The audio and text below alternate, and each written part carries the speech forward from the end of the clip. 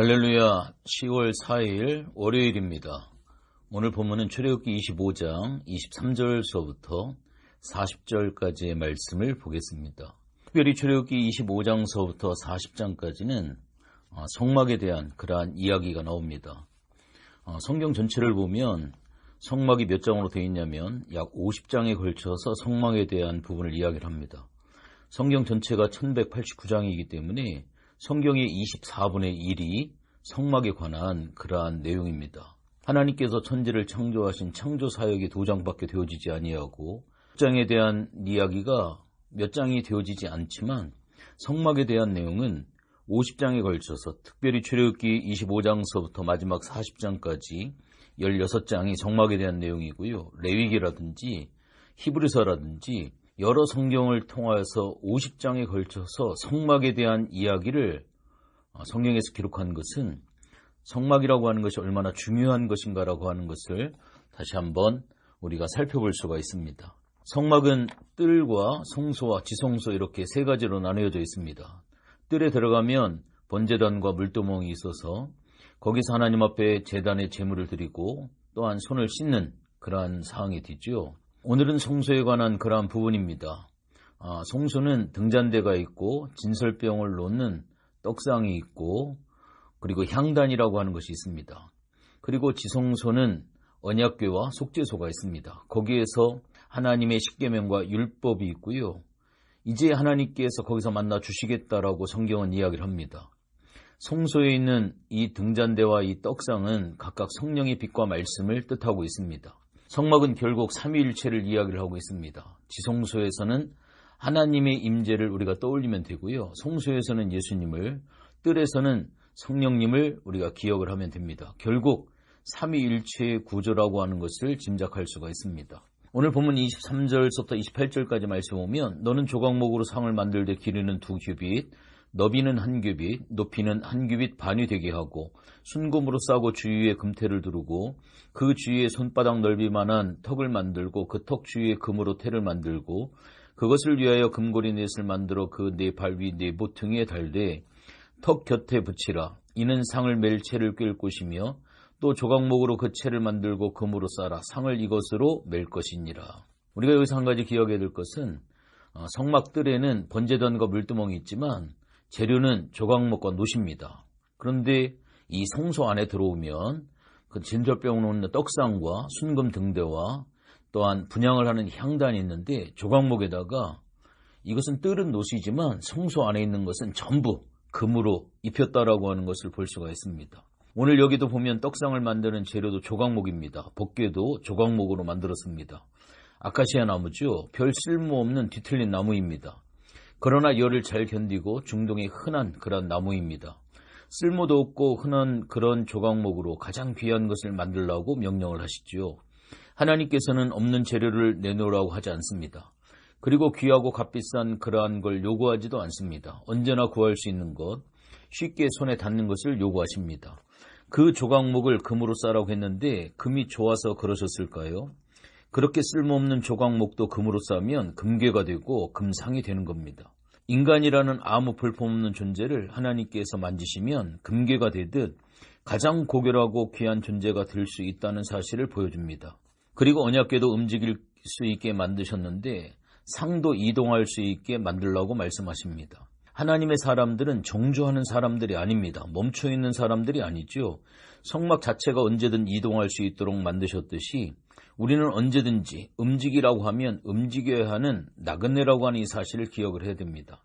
하나님께서 만지기만 하면 그리고 하나님의 손길에 우리를 맡길 때 비로소 우리는 귀한 존재가 되는 겁니다. 성령 하나님이 함께 하셔서 내 안에 그리스도가 사시듯 매일 자신을 내어드리면 세상에서 어떤 것보다 귀한 존재가 되는 겁니다.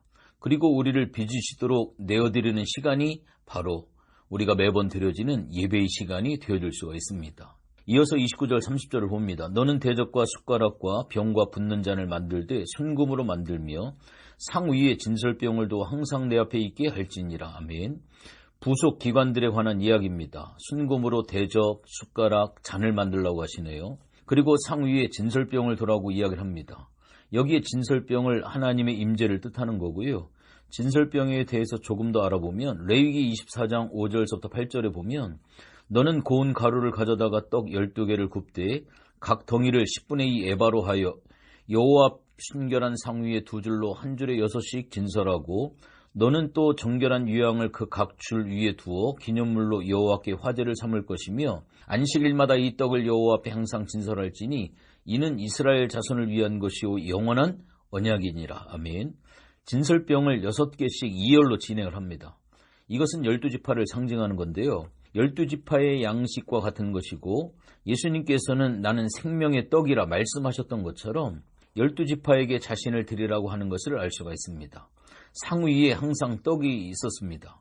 안식일마다, 그러니까 7일마다 새 떡을 갖다 놓고 지난 7일 동안 진설했던 떡은 제사장이 나눠 먹습니다. 이렇게 상 위에 항상 떡이 있게 하는 것이 바로 우리가 매일 말씀을 먹어야 하는 이유고 매일 말씀을 먹어야 말씀의 사람이 된다라고 하는 것을 보여줍니다. 그냥 생각만 하면 말씀의 사람이 될까요? 먹어야지요. 생각만 하고 있으면 이단이 되기가 쉽습니다. 그러나 말씀을 먹는 사람은 다릅니다. 성경을 읽기만 하지 말고 읽고 내게 주신 한 구절, 한 단어를 기억하며 그 말씀이 삶을 통해 녹여지는 그러한 삶이 되어야 됩니다. 성막에는 특별한 기적의 사건이 몇 가지 있는데 그 중에 하나가 바로 이 진설병입니다. 이스라엘은 날씨가 굉장히 덥기 때문에 우리나라처럼 장례를 3일 이렇게 치르지 아니하고 당일날 시체가 부패하기 때문에 당일날 장례를 치르는 그러한 기후탓에 있습니다. 여러분들 그 사막 가운데 떡을 일주일 동안 진설을 했다라고 한번 해보십시오. 냉장고에 넣은 것도 아니고 떡이 부패하고 상했을 것이죠. 그런데 오늘 여기 성경에 보면 일주일 떡을 진설한 이 떡을 제사장이 먹어야 된다라고 제사장이 먹도록 했습니다. 이 성막의 기적 가운데 하나는 일주일 동안 떡을 진설을 했지만 방금 전에 떡을 했던 것처럼 일주일 동안 김이 모락모락 났다라고 하는 거예요. 이건 어떤 다른 것으로 설명할 수 없는 성막의 기적 중에 하나가 되어줄 수가 있습니다. 이어서 31절서부터 36절까지의 말씀을 보면 순금으로 등잔대를 쳐서 만들되 그 밑판과 줄기와 잔과 꽃받침과 꽃을 한 덩이로 연결하고 가지 6을 등잔대 곁에서 나오게 하되 다른 3가지는 이쪽으로 나오고 다른 3가지는 저쪽으로 나오게 하며 이쪽 가지에 살구꽃 형상의 잔색과 꽃받침과 꽃이 있게 하고 저쪽 가지에도 살구꽃 형상의 잔색과 꽃받침과 꽃이 있게 하여 등잔대에서 나온 가지 6을 같게 할지며 등잔대 줄기에는 살구꽃 형상의 잔넷과 꽃받침과 꽃이 있게 하고 등잔대에서 나온 6가지 6을 위하여 꽃받침이 있게 하되 2가지 아래에 한 꽃받침이 있어 줄기와 연결하며 또 2가지 아래에 한 꽃받침이 있어 줄기와 연결하며 또 2가지 아래에 한 꽃받침이 있어 줄기와 연결하게 하고 그 꽃받침과 가지를 줄기와 연결하여 전부 순금으로 쳐 만들고 라고 하는 말씀이 있습니다. 순금으로 등잔대를 만드는데 양옆으로 3개씩 그리고 중간에 하나 해서 7가지로 만드는 겁니다. 7이 완전수거든요. 진설병은 언약의 말씀을 의미를 한다라고 이야기를 했는데 등잔대는 빛을 비추는 것으로 말씀이 성령의 빛에 의해서 조명되어야 한다라고 하는 것을 보여줍니다. 이 등잔대는 성막 안에서 유일한 빛이고 진설병을 밝히는 역할을 하게 되어집니다. 등잔대는 특별히 남쪽에 있습니다. 북쪽에는 진설병이 있지요. 등잔대는 진설병의 빛을 비춥니다. 살구꽃 형상은 당시 봄을 알리는 전령사의 의미를 가지고 있습니다. 그래서 늘 때의 변화를 알리는 의미가 있다라고 생각이 되어집니다. 어떤 학자들은 식물 모양으로 등잔대를 만든 것을 두고 에덴 동산의 생명나무를 의미한다라고 말하는 사람들도 있습니다. 어쨌든 진설병을 밝히는 역할을 합니다. 결국 성소 안에 있는 것은 성령과 말씀이라고 하는 것을 볼 수 있습니다. 예수를 믿는다라고 하는 것은 내 안에 성령이 있는 것을 고백하고 매일 말씀의 떡을 먹는 존재라고 하는 것을 고백하는 겁니다. 성막은 구약시대의 선물이지만 동일하게 신약시대의 이 모든 것들이 이루어지게 하기 위한 일종의 티저에 해당합니다. 모든 것을 시각화하고 사물화해서 보여주신 겁니다. 하지만 보이는 것에만 집중한 구약시대의 사람들은 보이지 않는 하나님을 놓쳐버린 거지요. 그래서 그들을 지금까지도 제3성전을 짓겠다라고 지금 아우성을 치고 있는 겁니다. 여기서 잠깐 우리가 순금 등대가 과연 얼마 정도의 값어치가 있을까 한번 생각해 보려고 합니다. 순금 등대는 금으로만 1달란트가 사용이 되어졌는데 1달란트는 35kg을 이야기를 합니다. 제가 이것을 우리가 금은 몇 돈으로 쉽게 알 수 있으니까 돈으로 따져보니까 9,333돈입니다. 지금 오늘날 한 돈이 25만 원이라고 계산을 하면 이 순금 등대의 가격만 23억 3천만 원 정도가 들어가게 되어지는 겁니다. 겉으로 볼 때 성막은 보잘것없어 보이지만 그 내부의 안에는 어마하고 화려하고 굉장히 값어치 있는 것들로 채워졌다라고 하는 것을 또한 볼 수가 있습니다. 오늘 우리는 이 성막 안에 있는 기구들, 특별히 성소 안에 있는 모든 것들은 금으로 만들어야만 했습니다. 만들기가 아마 쉽지 않았을 겁니다. 금을 만드는 까닭은 변함없는 것들을 알려주기 위함입니다. 당시 아름다움, 변함없음을 상징하는 게 바로 금이었습니다. 다시 이야기를 해서 성막을 전체적으로 우리의 삶 속에 연결하는 것을 우리가 연습을 해봐야 합니다. 성령님께 연결된 존재가 되어지기를 축복합니다. 우리의 신앙은 하나님께 플러그인하는 신앙이 되어야 합니다. 그럴 때 우리는 부족함, 결핍함을 잊어버리는 존재가 되어질 수가 있습니다. 넉넉히 하루를 살아가는 존재가 되어질 수가 있습니다. 특별히 40절에 경고합니다. 너는 삼가 이 산에서 내게 보인 양식대로 그것을 만들 것이다 라고 이야기를 합니다. 자기를 왜곡하거나 오해하는 것을 경계하시죠. 증거교회, 속죄소, 상, 등잔 때는 하나님이 어떤 분인지를 나타내는 거룩한 기물입니다. 그것들의 모양이 바뀌면 하나님의 성품이 왜곡되어 표현되기 때문에 반드시 하나님이 알려주신 대로 만들어야 했습니다. 우리 역시 하나님을 제대로 알지 못하면 상상한 대로 오해하기 쉽고 그러면 신앙생활 전체가 어그러지게 되어 있습니다.